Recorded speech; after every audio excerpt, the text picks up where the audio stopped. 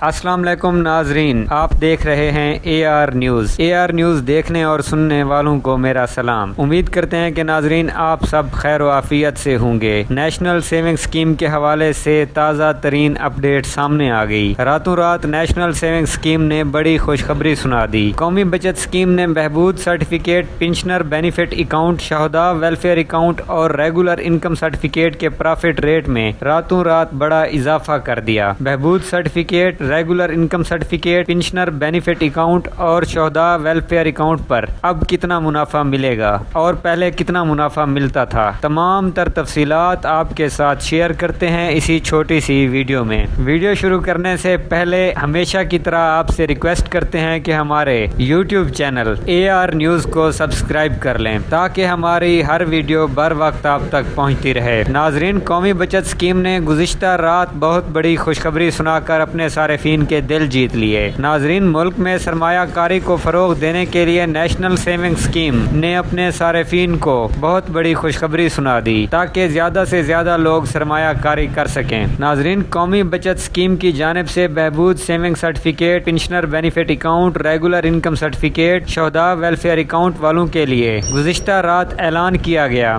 کہ ان تمام سرٹیفکیٹ پر profit rate میں اچھا خاصا اضافہ کرنے پر غور کیا جا رہا ہے۔